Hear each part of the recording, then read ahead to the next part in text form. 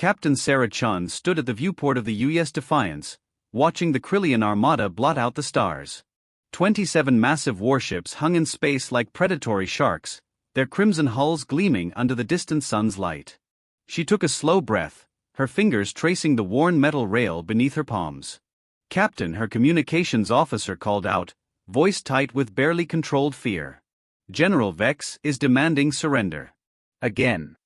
Sarah almost smiled. Almost. The Krillian commander had been broadcasting the same arrogant message for 3 hours straight. Surrender or face annihilation. Submit to the glorious Krillian Empire. Bow before their superior might. The usual theatrical nonsense that came with conquest. "Put him through, Marcus," she said, turning from the viewport. Her bridge crew exchanged worried glances. They all knew what this meant. The Defiance was alone out here, a single human frigate against an entire battle fleet. The math was simple, brutal, and completely hopeless. The main screen flickered, revealing General Vex in all his alien glory. 8 feet tall, covered in chitinous armor that seemed to shift colors in the light, with 4 arms and eyes like burning coals. He looked down at Sarah with the kind of contempt usually reserved for insects. "Human," he began, his voice a grinding rasp that seemed to echo from multiple throats. "I grow tired of this charade. Your pathetic vessel cannot hope to stand against the might of the Krillian Empire. Surrender now, and perhaps I will allow your crew to serve as slaves instead of becoming space debris." Sarah clasped her hands behind her back, meeting his gaze without flinching. "General Vex. How kind of you to call again. I was just thinking how quiet it had gotten around here." The alien's eyes narrowed. "You mock me, little human? You dare show such disrespect when death surrounds you?" "Oh, I'm not mocking you at all," Sarah replied, her voice carrying just the right amount of false sweetness. "I'm genuinely impressed by your persistence. 27 ships to capture 1 human frigate. That's either incredibly thorough or spectacularly excessive. I can't decide which." Vex's mandibles clicked together in what Sarah recognized as barely contained rage. She had studied Krillian body language extensively. "Know your enemy," as her old instructor used to say. "Know them better than they know themselves." "You think yourself clever," the general hissed.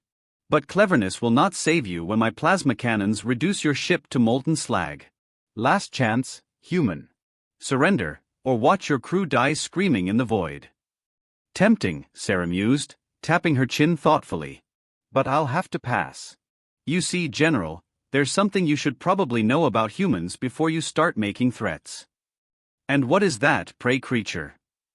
Sarah's smile turned sharp as a blade. "We're really bad at surrendering. It's almost like we have some sort of genetic defect that makes us incredibly stubborn in the face of overwhelming odds." Behind her, she heard Lieutenant Torres suppress what might have been a laugh or a sob. Her crew was scared, of course they were. But they trusted her. That trust was both a gift and a crushing responsibility. General Vex leaned forward, his massive form filling the screen. "Your bravado amuses me, Captain. But amusement fades quickly.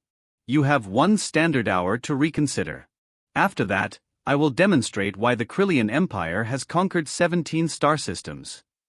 The transmission cut out, leaving the bridge in tense silence. Sarah turned to face her crew, all 12 of them. Young faces, old faces, human faces that showed every emotion from terror to determination to something approaching desperate hope. "Well," she said, her voice carrying across the bridge. "That went better than expected." He didn't immediately start shooting. Captain, her first officer, Commander Jake Morrison, stepped forward. His weathered face was grim but resolute. "With respect, what's the plan? We've got maybe 6 hours of life support if we shut down non-essential systems. Our weapons are..." He paused, searching for a diplomatic way to put it. "Completely inadequate against their shielding," Sarah finished for him. "Yes, I'm aware. But Jake, you're thinking like a conventional tactician. This isn't a conventional situation." "Captain," Dr. Elena Vasquez spoke up from her position at the science station. "I've been analyzing their formation. It's textbook Krillian battle doctrine. Overwhelming force, minimal risk to their own ships. They're treating this like a training exercise. Because they think we're helpless, Sarah nodded. And in conventional terms, they're absolutely right. 27 ships against 1? Those are impossible odds. But, Morrison prompted, hearing something in her tone. Sarah walked to her captain's chair, but didn't sit. Instead, she placed both hands on its back and looked around at her crew. But General Vex made a critical error in judgment. He assumed that because our ship is small and our weapons are limited, we must be weak. aren't we? Torres asked quietly. Lieutenant, what do you know about Earth's history? The young woman blinked at the apparent change of subject. Standard Academy courses, Captain. Rise and fall of civilizations, the space colonization period, first contact protocols. Tell me about Thermopylae. Torres frowned, clearly confused. Ancient Earth battle. 300 Spartans held off a massive Persian army. They all died, but they bought time for the rest of Greece to prepare. And the Alamo? Texan defenders against Mexican forces. Hopeless odds. Everyone died, but it inspired the rest of Texas to keep fighting. Sarah nodded slowly. And what about the Warsaw Ghetto Uprising? The Battle of Britain? Stalingrad.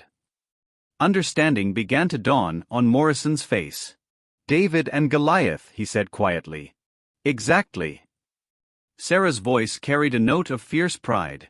Humans have a long, proud tradition of making last stands. Of taking impossible odds and finding a way to hurt the enemy before going down. We don't just roll over and die quietly. But Captain, Dr. Vasquez said hesitantly, those are just stories. Historical examples. This is real. We're really going to die out here. Sarah finally sat down in her captain's chair, her movements deliberate and calm. Maybe. Probably. But Elena, let me ask you something. When you were a little girl, did you ever dream of dying peacefully in your sleep at a ripe old age? Well, yes. That's nice. When I was a little girl, I dreamed of commanding a starship and protecting humanity from the things that go bump in the dark between stars. I dreamed of standing between Earth and whatever wanted to hurt us. She looked around the bridge again. Today, I get to live that dream. The bridge was quiet for a long moment. Then Chief Petty Officer Rodriguez, the oldest member of the crew at 58, cleared his throat. Captain, what are your orders? Sarah's smile was fierce and proud and utterly without fear. We're going to show General Vex why humans are the most dangerous species in the galaxy when you back us into a corner. Marcus, start broadcasting on all frequencies. I want everyone within 50 light-years to hear this. Broadcasting, Captain. Sarah stood again, her voice carrying across the bridge and out into the void. This is Captain Sarah Chen of the United Earthship Defiance. We are outnumbered 27-1 by the Krillian Empire. They have demanded our surrender. They have threatened to kill us if we refuse. She paused, letting that sink in. They seem to think that because we're small we're weak. They're about to learn the difference. She turned to her tactical officer. Emma, what's our maximum reactor output? Lieutenant Emma Park checked her displays. 112%, Captain. But we can push it higher if we bypass safety protocols. How much higher? The theoretical maximum is 140%. But Captain, at that level, we're looking at catastrophic failure within 20 minutes. Maybe less. Sarah nodded. Jake, what's our current distance from their flagship? Morrison consulted his navigation console. 12,000 kilometers, Captain. And how long would it take us to close that distance at maximum burn? Approximately 18 minutes, assuming we're not being shot at. He paused. Which we definitely will be. Dr. Vasquez, if we were to overload our reactor and ram their flagship at maximum speed, what kind of damage are we looking at? The science officer's face went pale. Captain, you're talking about a suicide run. I'm talking about tactics, Doctor. Answer the question. Elena's hands shook as she worked her calculations. At our mass, traveling at maximum velocity, with an overloaded reactor. The kinetic impact alone would be devastating. If we detonate the reactor on impact, She swallowed hard. it would destroy their flagship and probably take out 2 or 3 ships in proximity. Sarah nodded thoughtfully. 4 ships. Out of 27. Not bad for one little human frigate that was supposed to be helpless. Captain, Morrison said quietly, there has to be another way. Sarah looked at him with genuine affection. Jake had been with her for 3 years. He was a good officer, a good friend, and a good man. Jake, if there was another way, don't you think I'd take it? This isn't about glory or heroics. This is about sending a message. What message? Sarah's voice carried across the bridge like a steel blade wrapped in silk. That humans don't go quietly into the night. That we make our enemies pay for every inch, every life, every small victory. That even when we lose, we make sure it costs them dearly. She turned to address the entire crew. I won't lie to you. We're going to die today. But we get to choose how. We can surrender and spend whatever time we have left as slaves, hoping someone will eventually rescue us. Or we can remind the galaxy why humanity earned its place among the stars. Chief Rodriguez stood up slowly, his weathered face showing decades of military service. Captain, I've served under 12 different commanding officers in my career. Most of them were good. A few were great. He straightened to attention. You're the first one I'd be honored to die for. One by one, the rest of the crew stood and came to attention. Torres, barely 22 and fresh out of the academy. Dr. Vasquez, brilliant and terrified but resolved. Morrison, steady and loyal as gravity itself. Emma Park, whose steady hands could thread a needle at warp speed. Marcus Webb, who had never met a communication system he couldn't hack. All of them, standing ready to follow her into the dark. Sarah felt her throat tighten with emotion she couldn't afford to show. Thank you, she said simply. All of you. It has been the greatest honor of my life to serve with you. She turned back to the viewport, where the Krillian fleet waited like vultures. Marcus, send one final message to General Vex. Tell him that Captain Chun sends her regrets, but will have to decline his generous offer. Tell him we have a counter-proposal instead. What counter-proposal, Captain? Sarah's smile was sharp enough to cut steel. We'll meet him halfway. General Vex studied the tactical display with growing irritation. The human ship had been sitting motionless for 53 minutes, ignoring his ultimatum. No response to his communications. No sign of surrender. No indication that they understood the hopelessness of their situation. Commander Thack, he rumbled to his second-in-command, what is the status of the human vessel? The smaller Krillian consulted his instruments. Life support operational. Reactor showing minimal output. No weapon systems are active. They appear to be waiting, General. Waiting for what? Rescue? The nearest human fleet is 6 days away at maximum burn. Do they think their pathetic Earth command will mount some desperate rescue mission? Thack's mandibles clicked nervously. Perhaps they hope to delay us until reinforcements arrive? Vex's laugh was like grinding stone. Foolish creatures. They understand nothing of warfare, nothing of strategy. No wonder they have managed to spread to only 14 systems in the past century. A truly inferior species. The communication board chimed softly. Thack's eyes widened as he read the incoming message. General, we are receiving a transmission from the human ship. Finally. Put it through. Captain Chun appeared on the main screen, and Vex immediately noticed something different about her demeanor. The mockery was gone, replaced by something harder, more focused. Something that reminded him uncomfortably of a blade being drawn from its sheath. General Vex, she began, her voice carrying clearly across the distance between ships. I want to thank you for giving us time to prepare. Prepare for what, human? Your inevitable surrender. Sarah's smile was cold as the void between stars. Not quite. You see, General, while you were graciously allowing us to contemplate our fate, my crew and I have been discussing human history. Specifically, about what happens when you corner a species that evolved from persistence hunters. Vex felt a flicker of unease, though he couldn't say why. Your threats mean nothing. You have one ship against 27. Your weapons cannot penetrate our shields. Your escape routes are blocked. You have no options remaining. Oh, we have options, Sarah replied. Just not the ones you'd expect. Tell me, General, how familiar are you with human military doctrine? I know enough. Crude tactics, inferior technology, laughable strategic thinking. Well, you missed a few things in your research. Sarah leaned forward slightly. For instance, did you know that humans are the only species in the galaxy that has ever successfully weaponized mathematics? Vex's confusion must have shown on his face because Sarah continued with that same cold smile. You see, there's this concept in human warfare called acceptable losses. It's based on a simple equation: how much damage can we inflict versus how much damage we're willing to accept. Most species try to minimize both sides of that equation. As any rational being would. Exactly. But humans aren't always rational, General. Sometimes we decide that the damage we can inflict is worth any price we have to pay. Sometimes we run the numbers and realize that losing is actually winning, if you make the cost high enough. The unease in Vex's chest was growing stronger. What are you talking about?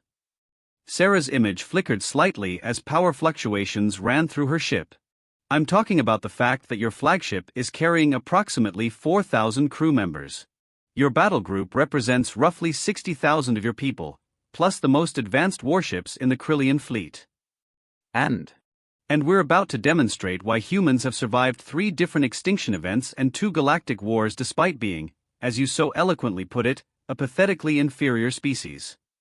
Before Vex could respond, his tactical officer's voice cut across the bridge with a sharp alarm. General, the human ship is moving. Accelerating toward us at maximum burn. Reactor output is climbing beyond safe parameters. Vex whirled toward the tactical display, his 4 eyes taking in the data streams. The human frigate was indeed accelerating, driving straight toward his flagship with reckless abandon. Their reactor was redlining, pushing far beyond designed limits. They mean to ram us, he breathed, understanding flooding through him like ice water. Sarah's voice continued from the communication channel, calm and conversational even though she was piloting her ship into certain death. You know what the really beautiful thing about this is, General? Your ships are designed for long-range combat. Your weapons are optimized for distance engagements. You never expected anyone to be crazy enough to get close. Vex's mandibles clicked rapidly as he processed the tactical situation. All ships, open fire. Destroy that vessel immediately. The space around the Defiance erupted in deadly light as 27 warships opened fire simultaneously. Plasma bolts, particle beams, and kinetic projectiles filled the void between the fleets. But the human ship kept coming, weaving through the deadly barrage with impossible skill. How are they avoiding our weapons? Commander Thack demanded. Evasive pattern recognition, Sarah's voice answered, as if she could hear them. Another little human innovation. My pilot spent 6 months studying Krillian gunnery tactics. Lieutenant Torres knows exactly how your targeting systems predict movement patterns. On the tactical display, the human ship twisted and rolled through the weapon's fire like a dancer in a deadly ballet. Shots that should have connected missed by meters. Targeting solutions that should have been perfect somehow found space instead of hull plating. Distance to target, 11,000 kilometers and closing, Thack reported, his voice tight with something that might have been fear. Vex slammed his fist against his command throne. Concentrate all fire on their projected course. They cannot dodge everything. But even as he gave the order, he knew it was too late. The mathematics were simple and brutal. The human ship was small, fast, and had too much momentum to stop. They would reach his flagship, and when they did, General, Sarah's voice carried a note of satisfaction that chilled him to his core. I wanted to thank you for something. When this started, you called my crew and me weak. Pathetic. Inferior. A lucky shot clipped the Defiance's port engine, sending it spinning briefly before the pilot regained control. But still they came, still they closed the distance with mechanical precision. You were wrong about us being weak, Sarah continued. But you were right about one thing. We are going to die today. The difference is we're choosing how. 8,000 kilometers. 7,000. The space between the fleets was a maelstrom of weapons fire, but the human ship moved through it like a shark through water, taking damage but never stopping, never slowing. All ships, emergency maneuvers. Vex roared. Get clear of the flagship. But there wasn't time. The Krillian fleet was designed for formation fighting, not for rapid dispersal. The ships were too close together, too committed to their tactical positions. You want to know what makes humans dangerous, General? Sarah's voice was growing fainter as her ship's systems began to fail under the massive weapons barrage. It's not our technology. It's not our tactics. It's the fact that we remember every slight, every insult, every time someone underestimated us. 5,000 kilometers. 4,000. The Defiance was trailing atmosphere and debris now, her hull breached in a dozen places. But her reactor was still climbing, still pushing beyond every safety limit her designers had imagined. And we never, ever forget to collect on our debts. Vex felt something he had never experienced in 40 years of military service: genuine terror. Not fear of death, which was an abstract concept for a warrior of his stature, but fear of what was about to happen to his people, his fleet, his reputation. Evacuation pods, he screamed. All personnel to evacuation pods immediately. But it was too late for that too. The human ship was close enough now that he could see the scorch marks on her hull, the gaping holes where weapons fire had found its mark. Close enough to see the bridge windows, behind which 12 humans sat calmly at their stations, flying their broken ship into the heart of his fleet. "This is Captain Sarah Chen of the United Earthship Defiance," came the final transmission, her voice steady despite the chaos surrounding her. "To anyone listening, remember that we were here. Remember that when the Krillian Empire demanded our surrender, we chose to make them pay for it. 2,000 kilometers. 1,000. 500. Remember that humans do not go gently into that good night. We rage against the dying of the light." The Defiance struck the Krillian flagship at 60% of light speed, her overloaded reactor detonating on impact. The explosion was visible from 3 star systems away, a brief new sun that outshone everything in local space. When the light faded and the debris stopped flying, the Krillian flagship was gone. 3 more ships had been destroyed by the expanding blast wave. 2 others were dead in space, their hulls cracked open like broken eggs. General Vex found himself floating in an escape pod with 17 other survivors, watching the wreckage of his career drift past the small viewport. Of the 4,000 crew members aboard his flagship, fewer than 200 had made it to pods in time. "Sir," one of his junior officers whispered, "what do we tell High Command?" Vex stared at the debris field where the human ship had made its final stand. 12 people. 1 small frigate. They had known they couldn't win, known they couldn't survive. But they had decided that wasn't the point. "We tell them the truth," he said quietly. "We tell them that we learned something today about the human species." "What's that, sir?" Vex's mandibles clicked slowly, thoughtfully. "We learned that there is a vast difference between being weak and being helpless. The humans were helpless today. They were outnumbered, outgunned, and trapped with no hope of escape or rescue." He paused, watching a piece of human hull plating tumble slowly past the pod. But they were never weak. In the days that followed, the story of the Defiance spread through both human and alien space like wildfire. The Krillian Empire, faced with the prospect of fighting a species that would ram battleships with frigates rather than surrender, quietly withdrew from human space and opened diplomatic channels. General Vex spent the rest of his career behind a desk, filing reports and training junior officers. He never commanded a battle fleet again. But every new class of Krillian naval cadets learned about the human ship that turned a hopeless last stand into a strategic victory through sheer bloody-minded stubbornness. And in the depths of space, at the coordinates where the Defiance made her final run, Earth Command placed a monument. A simple marker with 13 names and a brief inscription. They were outnumbered. They were outgunned. They were alone. They were human. That was enough.